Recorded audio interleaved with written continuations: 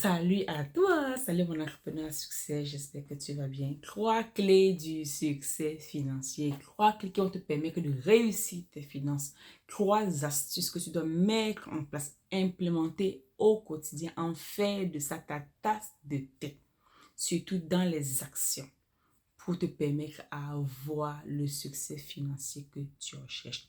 La première des choses, ce sera ton mindset. Vous savez les amis, de quand on continue toujours à penser que la richesse financière appartient aux autres. Je le disais encore à un de mes coachs que ce sont les actions d'aujourd'hui qui seront ta récolte de demain. Si tu ne fais rien aujourd'hui, n'estime pas que Dieu ne t'a pas béni. Parce que Dieu viendra bénir tes actions.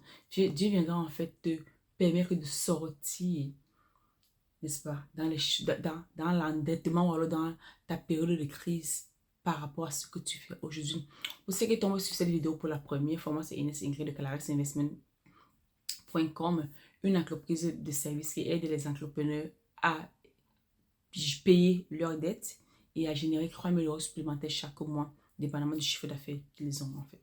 Donc, grosso modo, je viens t'aider en tant qu'entrepreneur, alors à une personne aussi qui est juste en train de se lancer en entrepreneuriat, à générer plus d'argent parce que c'est de ça qu'elle est question. Il est important que tu génères plus d'argent et aussi à générer, à vouloir payer ta dette, à mettre la fondation de tes finances pour te permettre d'être sur la hauteur et d'avancer très rapidement dans ce à quoi tu as choisi d'apprendre. Donc, je parlais de clés du succès de l'endettement, de succès financier, pardon, les clés qui vont te permettre de réussir ta gestion financière. Qu'est-ce qui a fait au quotidien et qu'est-ce qui, même ça, quand tu es interpellé en fait, à vouloir le faire.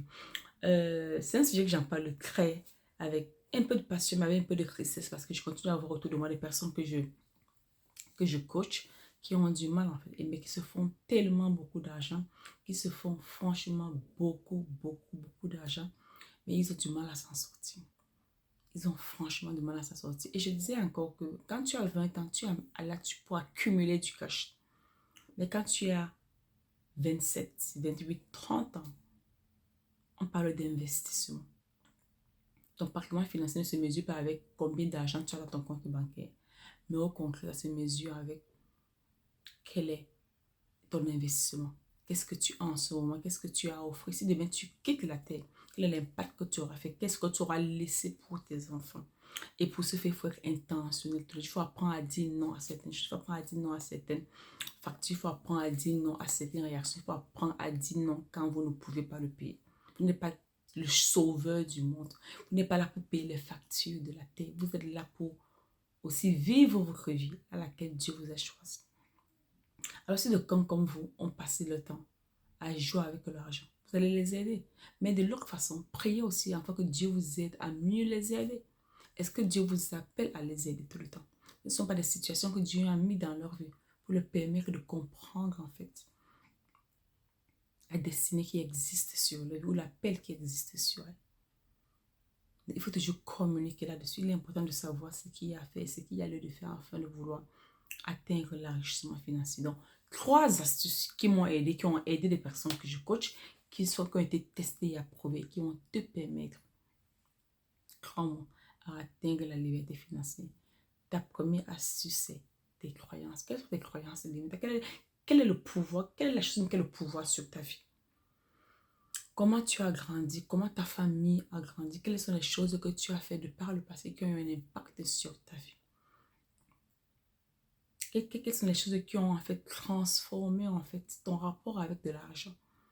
Pourquoi penses-tu que malgré tous les efforts que tu as fait, tu ne peux pas y arriver? Ta famille prêtait de l'argent pour vivre, tes parents empruntaient à gauche et à droite pour te permettre d'aller à l'école. J'ai suivi une interview, une fille qui disait qu'à un moment donné, ma mère avait perdu le boulot et que c'est mon oncle qui me supportait. Et quand un enfant grandit et voit tout ça, elle avait dit, bon, comme il n'y a que mon oncle qui nous aidait, je n'aide plus personne en fait. Donc je vais me battre pour que cet oncle-là, par exemple, il ne manque jamais rien à sa vie. Ou je vais me battre enfin que tout ce que je désire sur cette terre, je vais pouvoir l'acheter. Voilà en fait une sainte colère que les gens développent par rapport à l'environnement dans lequel ils ont grandi. Alors, quel est ton environnement? Qu'est-ce que tu as vécu? Qu'est-ce qui s'est passé?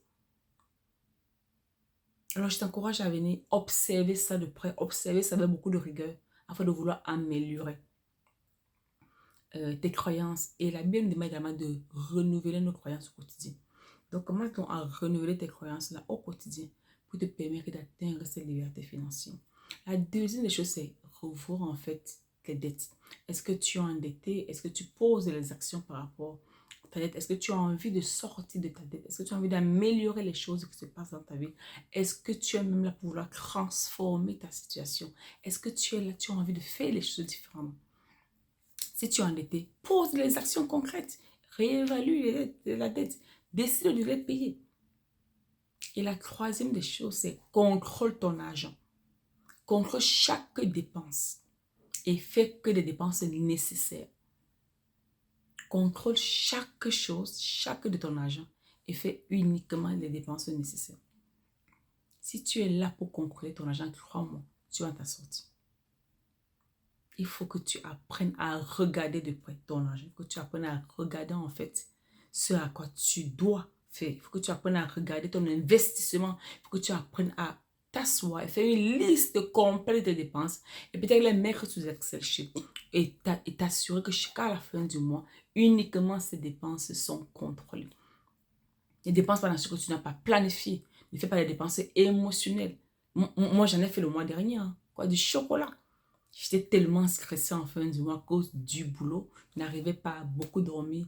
Et moi, c'est ainsi. Vous savez que j'ai carrément pris 1 heure de trajet pour uniquement aller m'acheter du chocolat. Et voilà, maintenant, ça se voit partout sur moi. Mais là, c'était une dépense émotionnelle parce que j'étais super stressée. Et quand j'agis comme ça, je sais que c'est du stress. Et après, au bout de 2 jours. Mais je ne fais pas les dépenses émotionnelles où je vais m'acheter les sacs Louis Vuitton à 25 000 $ ou à 25 000 €. Non. Le chocolat m'a coûté quoi?